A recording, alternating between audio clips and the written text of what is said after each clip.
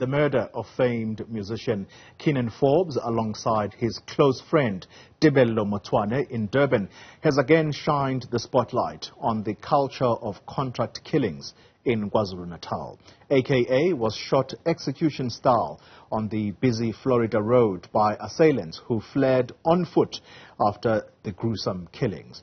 Now, police have yet to make an arrest. Joining us now to give us an update on the investigations in KwaZulu-Natal is the Police Commissioner, Lieutenant General Nhlanhla Mkhwanazi. General, thank you very much for your time. Let's start with the mass murders that have occurred in KwaZulu-Natal. We're going to come to this story around Keenan Forbes and Tebello Motwane in a moment. Let's start with the murders that occurred last night, Merenian Hill. Do you have a motive? Do you have suspects that have already been rounded up?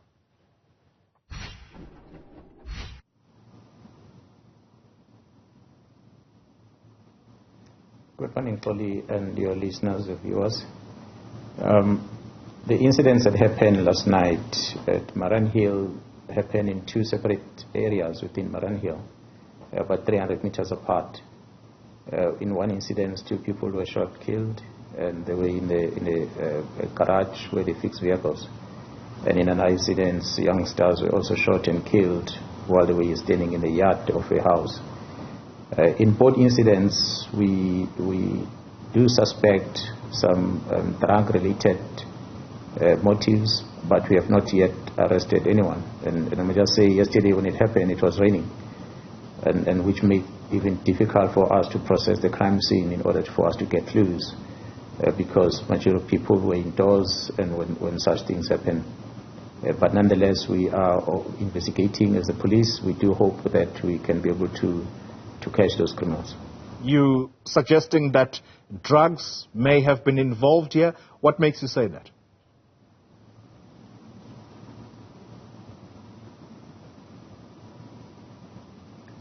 Yeah, we say that because on the scene where the three youngsters were killed, the information that we get on hand, that we pick up from the crime scene, as we're interviewing, profiling the deceased, we get information that looks like it's youngsters that might have been involved in smoking this what is called wunga, the mixture of drugs that has been sold on the streets most of the time. And therefore we suspect that it might have something to do with that. On the other incidents where two people were murdered, we're not 100% sure about the motive behind that, because the profile that we get from those people, they appear to be prominent individuals, business people that are operating in the area, although there's some suspicions that they might have been in conflict with some people that wanted to do business in this vicinity where they operate from. So that could have been the motive as well. Yeah. Let's then take you back to the incident that occurred in KwaMashu, another mass murder that occurred there. Have you been able to establish the motive for that, and have you arrested any people for that particular mass killing?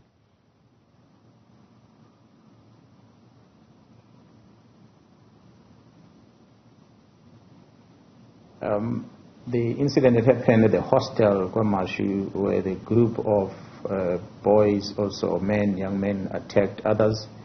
We're still trying to put pieces together, and our intelligence trying to gather information for us to be able to trace as to who could have been involved on that. But up to now, we have not necessarily picked up anyone as yet. We do hope that we might have a breakthrough, because we do have leads that we are following very closely. And so it's safe to say that you haven't really established the motive for those murders?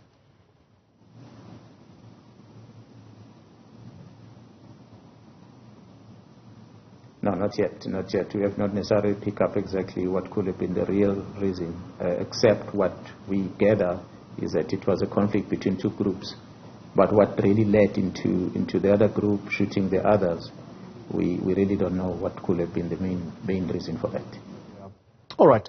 Let's then come to what occurred on Friday night. Keenan Forbes, otherwise known as AKA, alongside his close friend Tebello Motwane, they were shot dead on the Florida road busy street in KZN. Let's start with whether or not you are any closer to making an arrest, because this was quite brazen, walking up to a person and shooting them execution style.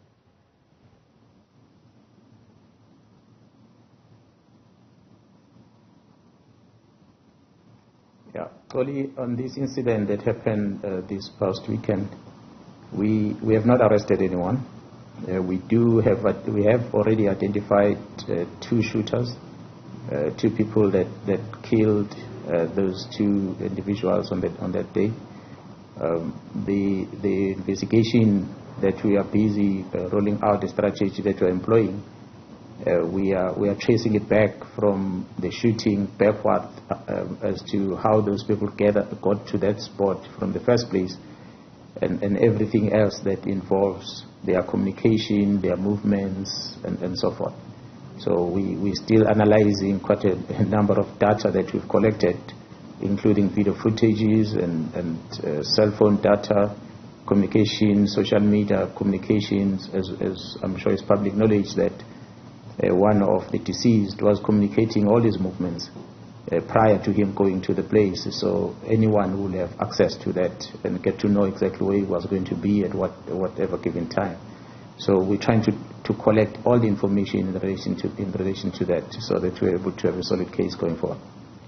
Is there any doubt in the police's mind as to whether or not this was a contract killing, the manner in which AKA was killed?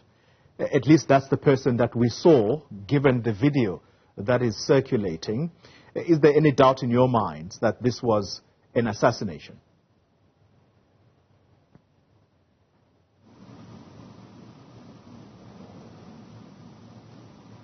From the police, from the evidence that we've collected, we have no doubt.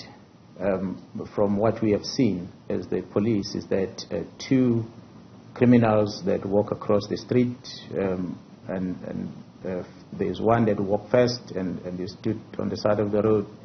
Another one walked around the car and he shot only AKA behind his ear. He did not shoot the friend that was with him. He only shot AKA double shots, and they ran away. The other criminal that had arrived earlier also engaged, and he fired a couple of shots, which unfortunately one of his bullets, the second criminal, managed to strike the AKA's victim, and he also succumbed to his injuries. So we know that the aim was to first kill AKA, and the second one could have killed any other, because the second suspect fired a couple of shots. So any other person that was on the way could have been hit. Unfortunately, one person died as a result of that incident of the second suspect. So the second suspect, what you're suggesting is that they were shooting indiscriminately. It wasn't necessarily that Mr. Tibelo Motswane was a target.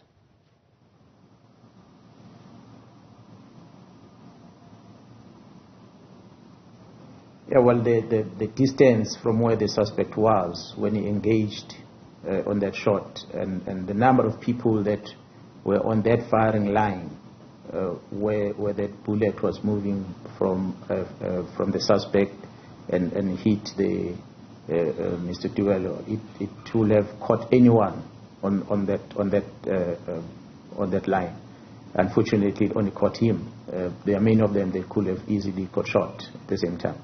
So that's why we believe that the second suspect was just firing in order to perhaps make sure that nobody responds to the first shooting, and keep everyone's head down, so that it gives them an opportunity to get away. The assumption is that you have been reviewing the footage that I think is all over social media now. I'm going to ask you about that footage in a moment, but you've been reviewing this footage for some time. Were you able to get a clear visual identity of at least one of these two suspects?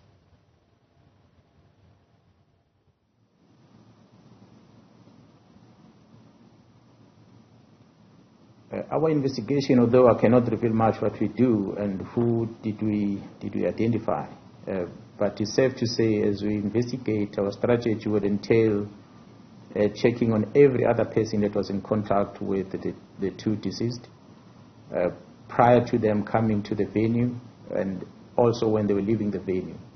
But we don't end there. We are also analyzing the data in terms of any other person that gathered immediately after the shooting, so that we can be able to read the behavior of all those that were at the crime scene in order for us to be able to get an idea whether could it be that the organizer was amongst those that acted as spectators after that incident, or probably it could have been that some of the suspects that might have shot and ran away might have turned around and came back into the crime scene to come in and observe as normal public do.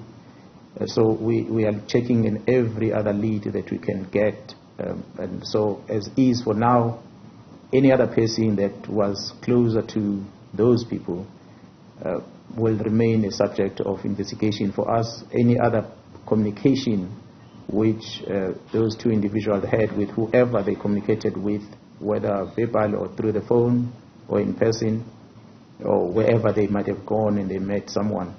So those people will be subject to interrogation by the police so that we can be able to find out exactly what could have been the motive behind.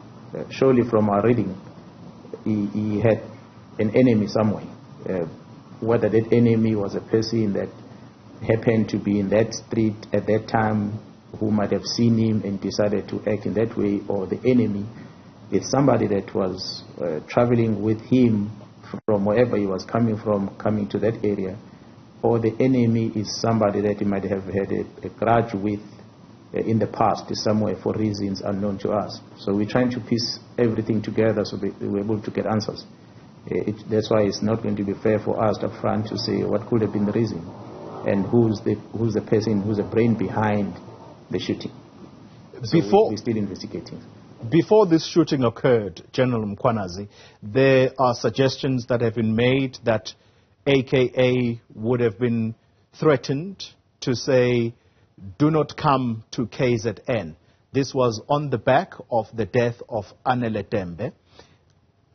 Is there a particular link that you may be investigating in relation to that?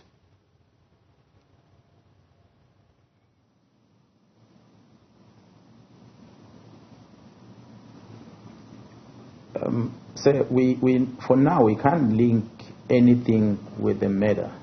However, our interest is to try and establish as to who could have wanted this man dead. So who was his enemy?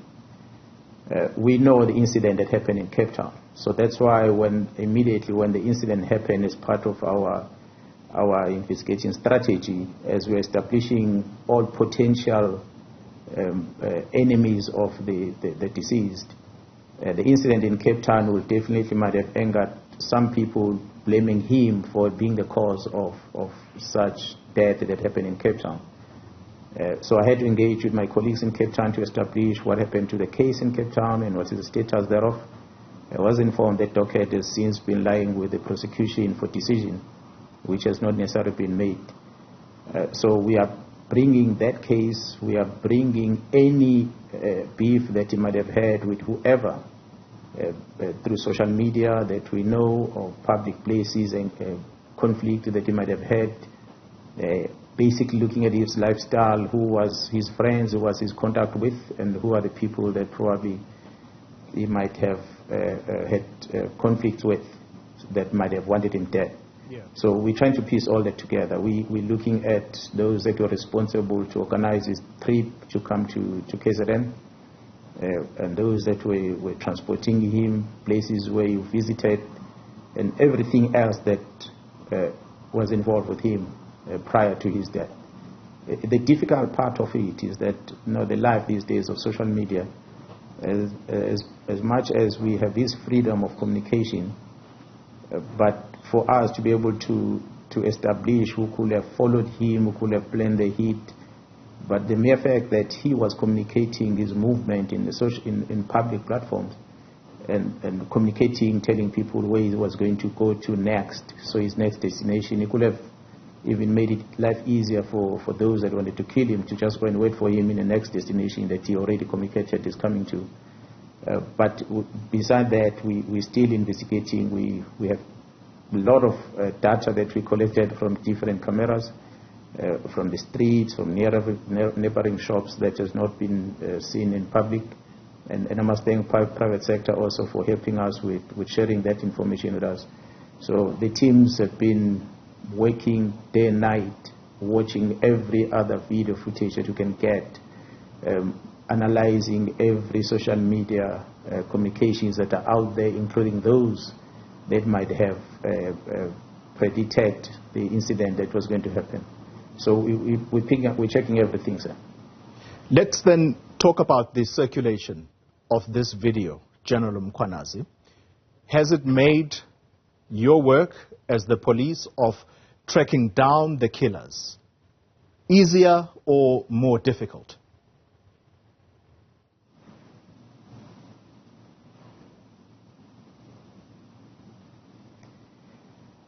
Look, we live in a democratic South Africa, so the social media is out there and people have got the freedom of speech. They can do what they like. The only thing that disturbed us is that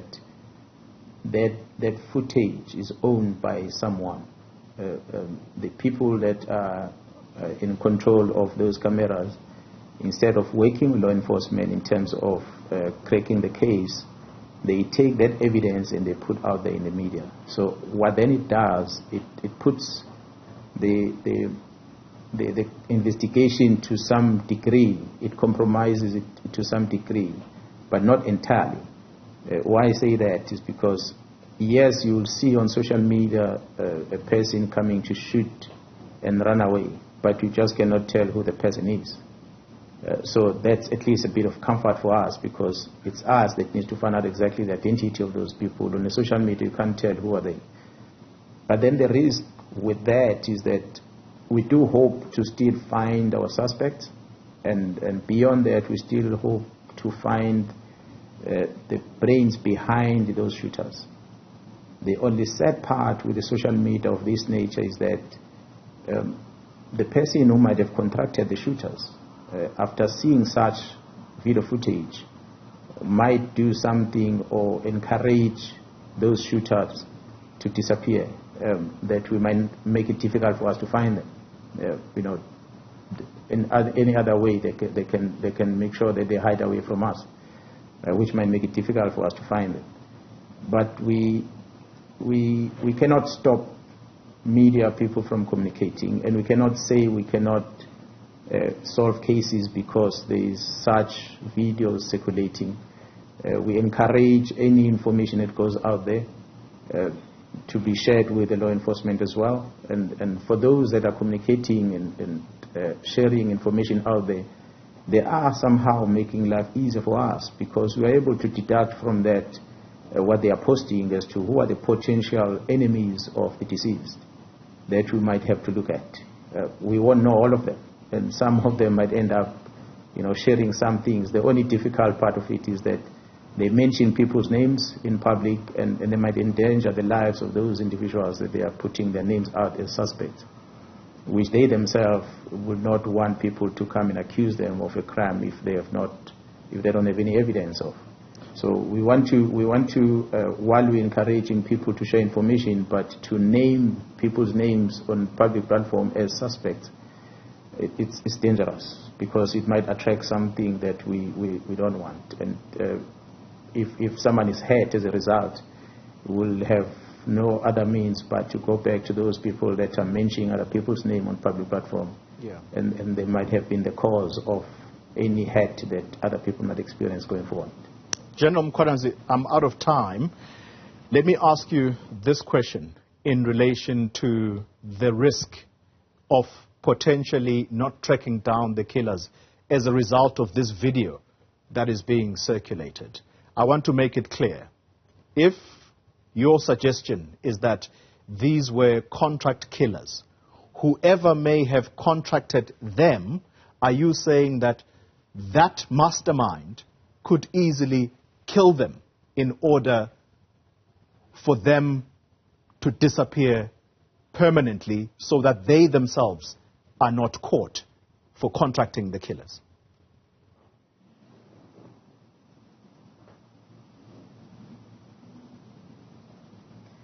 Yeah, well, the fortunate part is that through the investigation, a criminal will always leave evidence behind. We might be looking for the shooters, and we might find them alive, or we might find them dead. So in them alive, they will be able to maybe share information with us, which we have been proving to be a bit difficult these days for them to give out as to who hired them because of whatever other risk that they experience. They just won't say. They might confess to have killed, but without saying what is the reason or who sent them. If we find them, then we might not be also happy as police to solve the case because we'll not have found the person behind it. But if we find dead bodies, and we'll have to then look for clues there on that other scene if it does happen, as to who could have been caused the death of those people. And that might lead us into another case and another investigation to trace another one. So we won't stop tracing. You kill someone, you leave evidence behind, and we're going to follow that evidence. And if the other one is killed again, we follow it up like that. So it's not to say whether when those people are killed that that should be the end of the case. No, it's not the case. We like I say, there's been many other communications that data that we have on our hands, other than those shooters, that will be able to tell us who actually planned this whole incident. General, final question to you.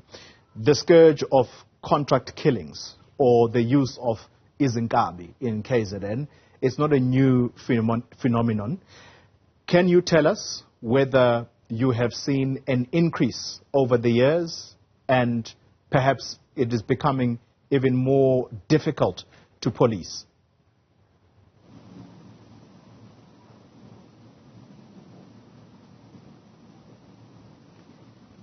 Fully, I'm sure you'll recall last year we arranged a crime summit in KZN.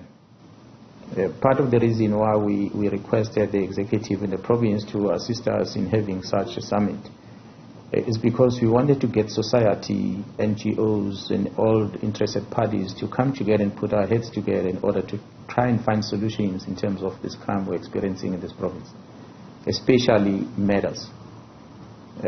The people of this province, they are angry.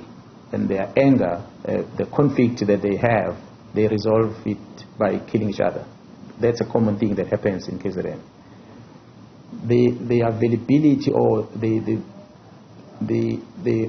number of youth that are hanging around, not engaged, the number of youth that is walking around on the street without jobs, unemployed, it makes them to be recruited easily.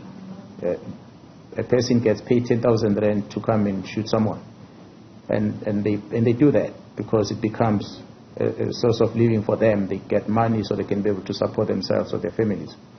So they start that small at times, and then they grow to become real killers going forward. But majority of the time, what we see as the province, what we are arresting, what is sitting in the prison, are youngsters. And when you ask them every time you arrest them, you send them to prison as to why you do such things, and they will tell you straight that I needed money, and for me to survive, I need to get this money, I need to get paid. So as a result, majority of them, they fall prey to those criminals that encourage them to be contract killers. They teach them how to shoot, they give them a firearm, and they use a firearm, and after that they give the firearm back, and they get paid, and they disappear. So these are the challenges that we're experiencing in the province. We do hope that society, government, NGOs, and everyone else involved, we do everything possible to make sure that the life in prison is difficult, so that people don't want to go to prison, to make sure that the amount of money that is spent in looking after people in prison is rather diverted to the youth out there, so that it can give them jobs, it can keep them engaged in terms of sport and other activities, in order for them not to be recruited to get involved in crime and things like that. So that's the challenge we have, because we can't have It doesn't matter how many police officers you might want to recruit. The reality is there's millions of citizens out there that need to be policed. For them not to be able to be involved in crime, the best thing is to keep the citizens engaged, keep the youth engaged, give them jobs. All right.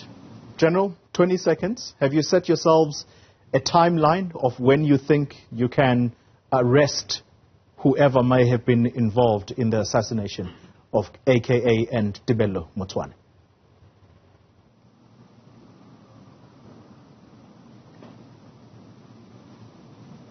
Yeah, well, the amount of data that we have before us, it's just going to be impossible for us to say tomorrow we want to arrest. We want to make sure that we have a solid evidence before we effect an arrest.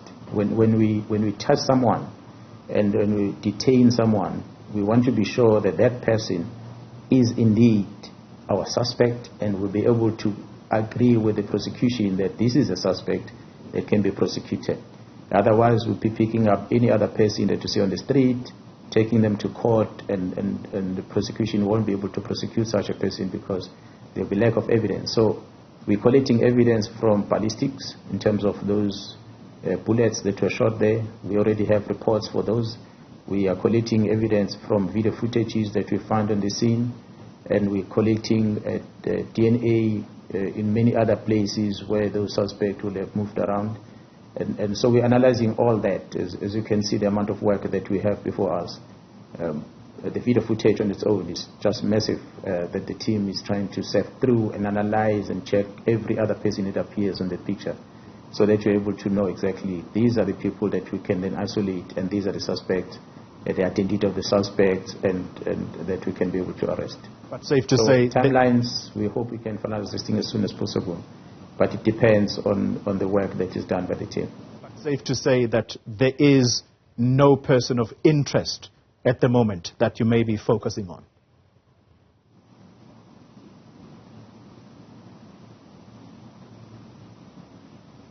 Yeah, well, on the video you can see two shooters.